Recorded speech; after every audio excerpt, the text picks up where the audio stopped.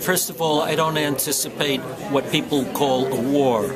I anticipate, if it happens, a series of military incidents, military strikes, a tit-for-tat, attack on Iran, Iran reciprocating, but not full-scale war.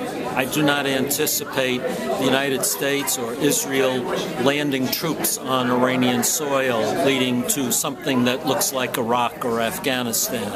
This is much more like what the U.S. did, if it happens, what the U.S. did before the invasion of Iraq under Clinton, which was periodic bombing assaults, missile assaults, with some possibility of Iranian retaliation.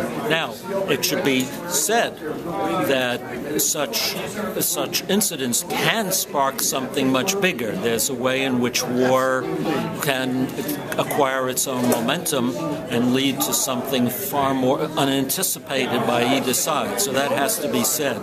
But I don't think anybody is planning for war. So let me say that first.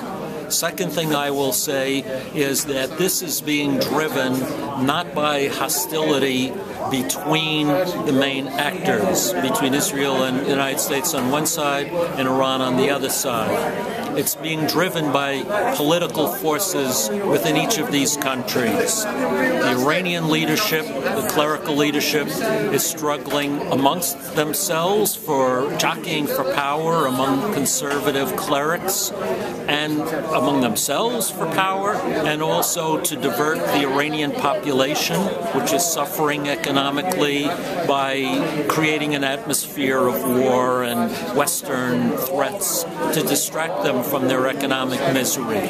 The Israeli government is Benjamin Netanyahu faces attacks from his right, and he's trying to posture himself as being the toughest man defending Israel. So he's facing a domestic predicament that drives his war talk. And then President Obama is left to himself, would seek a negotiated outcome, but is facing a very strong challenge from the Republican presidential candidates, from the Republican right, who is saying he's being weak in the face of the Iranian threat, and he's being pushed to adopt a more and more militant stance. And the Republican right is colluding with the Israeli right to push him in that direction and to make him look indecisive. So he's got to overcome that domestic weakness. So there are three leaders who are worried about their domestic position all being pushed into a more and more belligerent stance for domestic consumption. The problem with this is it creates a self-sustaining momentum. They each have to be more threatening to the other, and this leads to a greater and greater risk of things getting out of any of their ability to control. And I do worry that out of this belligerent atmosphere, this poisonous atmosphere, that somebody is going to feel forced to do something decisive that will spark a much bigger conflict. And that's really my worry.